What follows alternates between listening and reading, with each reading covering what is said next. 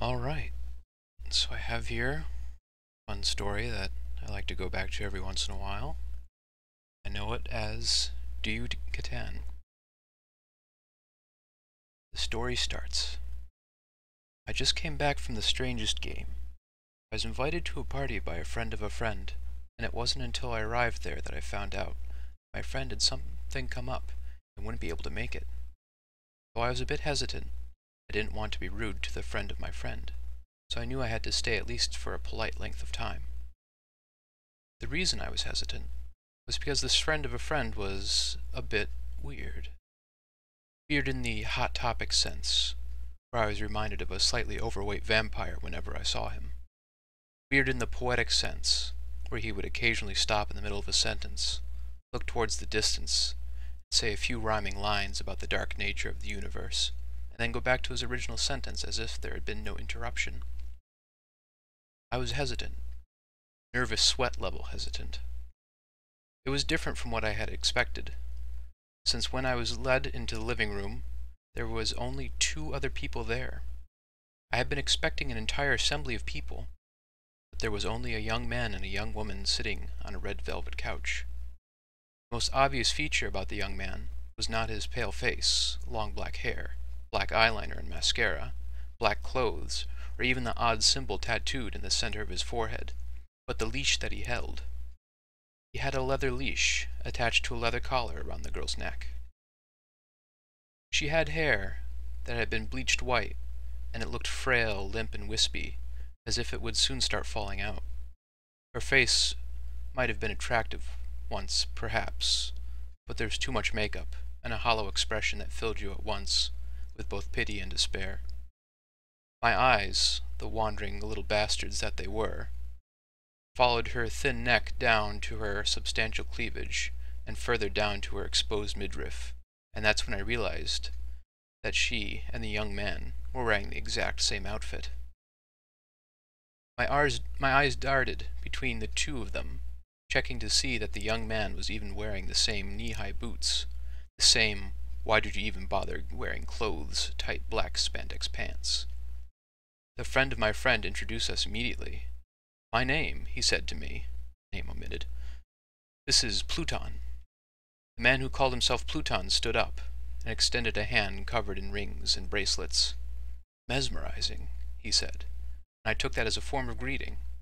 I shook his hand, and his eyes widened the moment our flesh made contact, as if I had stung him. He held on to my hand, though, and after an extremely uncomfortable 4 seconds, he said, "You have a monumentous aura. I like you." After letting go of my hand, he turned to my friend of a friend and said, "Sanguinatus, what shall we play today?"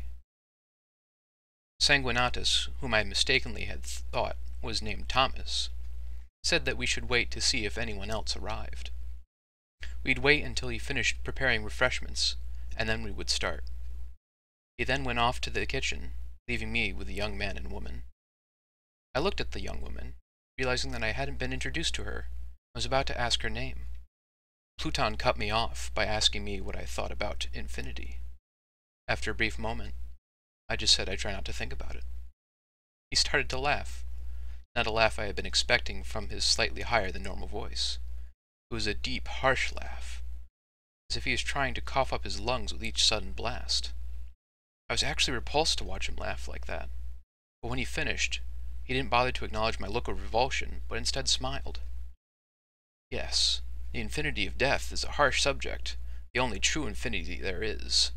Oh, how we all try to not dwell upon the deepest infinity, that which tears the mind and damns the soul. I knew I liked you, yes I did." I gave a weak smile. Hopefully this was some weird joke, and he'd just like to dress funny and pretend he was the creepiest person in the whole world, and in a moment he would reveal that he's just a normal guy and I'd be able to spend the evening in a normal fashion. He then asked me what I thought about love. I pretended to think about the question, but instead I thought about how to avoid answering it. The simplest solution came into my head almost instantly, and I asked him what he thought about it. Perhaps the greatest mistake of my life. He began a speech, one that may have been rehearsed, about his views on love. I just stared at him, humming the Power Rangers theme in my head, hoping that I could preserve some sense of my sanity. Love is not a creation, it is an existence, but not one that actually exists. Go, go, Power Rangers. When death and darkness truly meet, then there and only there does true love really. Go, go, Power Rangers. Just how Descartes proved that something can't exist without thinking it does. Love is unable to think and thus cannot. Mighty Morphin Power Rangers. Thankfully, by the thousandth or so time that I repeated my mantra, Sanguinatus returned, carrying a tray with a pitcher of iced tea and 2 bowls of chips. Pluton, who mistook me reliving my childhood inside my head for enjoying his speech, apologized for having to cut it short, since he was now rather thirsty. He yanked on the leash, and without a word the girl stood up, poured a glass of iced tea, handed it to him, and sat back down. "Do you Catan?" Pluton asked me. "Catan?" I repeated, confused. An instant later, Sanguinatus had taken the box containing Settlers of Catan off his shelf, showing it to me. Yes, I had played it once before and told him so. "Excellent. I think that should be our chosen game for tonight. I always feel that it's best played with 3 people, Pluton said, reclining deep into the couch. 3? But there's 4 of us. Pluton's eyes widened. No, there is only 3. He stood up, yanking the leash as he did so, and the girl gave a small cry of surprise and pain. Dragging the girl behind him, he went into a different room, closed the door, and started shouting at her. "How dare you! How dare you pretend to be human? How fucking dare you! I swear I will kill you!" "So what color do you want to be?" Sanguinatus asked me, asking as if nothing was happening. I stared at him. Pluton continued to scream at the girl, and the silence within the living room continued. Finally, after briefly glancing at the door, Sanguinatus whispered, "I know it's different, but it's just how they choose to express themselves. Just like you might hold a girl's hand, he chooses to hold a leash. It's not that different, really." "Blue," I said, picking a nice happy color. Pluton and the girl returned after a few minutes, and both of them had black lines down their cheeks, signs that tears had been shed. They sat down on the couch, and not by my choice, but by his choice of pants. I saw that he had an erection, and he made no attempt at hiding it. I was at the point where I just wanted the night to end in a way that I wouldn't anger the sociopath and have him follow me home and gut me while I slept. I began to unpack the board pieces and place them on the coffee table, but Pluton asked me to stop. "I have a better table," he said simply. With a sharp yank of the leash, the girl stood up and then laid down on the table. She remained there, her pale flat belly exposed, and I simply stared down at her. Sanguinatus began to arrange the board pieces. Those that don't know, Settlers of Catan uses hexagonal tiles with 6 different kinds of land, which each produce a different kind of resource, except for the desert, which produces nothing, which are placed within a frame depicting water and boats. Made out of thin cardboard, it had a hard time staying in place on most tables, and this table is trying but failing to keep from trembling. Sanguinatus quickly ran out of the room, having started rather low on her abdomen, and Pluton casually lowered her pants to a point where I felt the shame that she apparently didn't. She was perhaps a single centimeter away from being completely exposed. I opened my mouth to protest, but I realized that Pluton was now breathing rather hard, rather quickly. His eyes were wide to the point where I was scanning the room to find something that I could bludgeon with him in order to protect myself. The moment passed, and we each received our settlement and road pieces. We selected where to place our first 2 settlements, with slight difficulty coming with how our table was shivering. After receiving our first resource cards, we began to play. Settlers of Catan is a game where you compete to build settlements and roads, obtain development cards, and turn settlements into cities. In order to do so, you need resource cards, which come in 5 different varieties, which need to be combined in specific ways.